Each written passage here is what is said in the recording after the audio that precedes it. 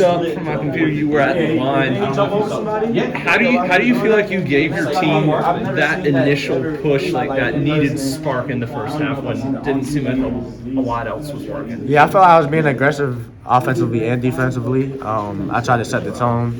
That was my mindset coming into the game, trying to harass the guards and just trying to play as good as I can defensively. Jalen talked about, changing from being a more passive player to being aggressive. What shift have you seen from him from last year to this season? Yeah, I just think he's in a bigger role this year. He was pretty much playing behind the All-American center, so that's hard. But like he gets a lot more playing time this year, and it's just a matter of him just showing. He could do this last year. His role is just bigger this year.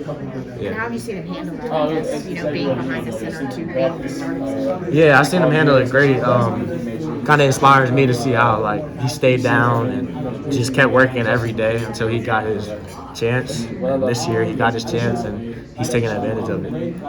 Have you put on some muscle in the offseason? It looks like you're just stronger out there moving into the lane. I think it's because I don't have a t-shirt on. You're going sleeveless this year. Is that just by design, or is it a comfort thing, I guess? I think I did it last year a couple times, but I just felt like it looks good with the white, so I just did it with the white. You put on some weight there, right? You hit the weight room pretty hard as well. I think I put on some muscle, but I didn't gain any weight. I'm still around the same weight, 180. Is that a focus to get stronger? Yeah, definitely get stronger. I didn't want to be heavier because I felt I feel like I've been higher than 180, and I feel a little slow when I am. What did the workout plan look like in the summer? Just with Jonas, doing the team workouts, just every day for an hour and a half in the weight room. We just doing team workouts.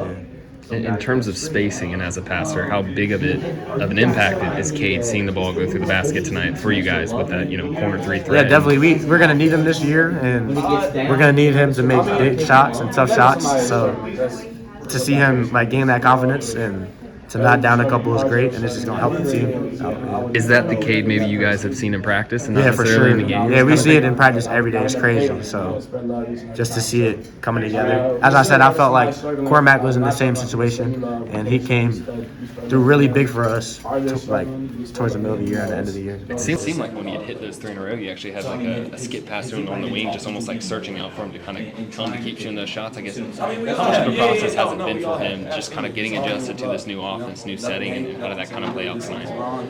Yeah, I feel like it's been a good adjustment for him. I feel like he's playing with guards that find him more. Me and RJ, I feel like we're really good passers, so we're always going to find him when he's open, and that's good for him. Yeah.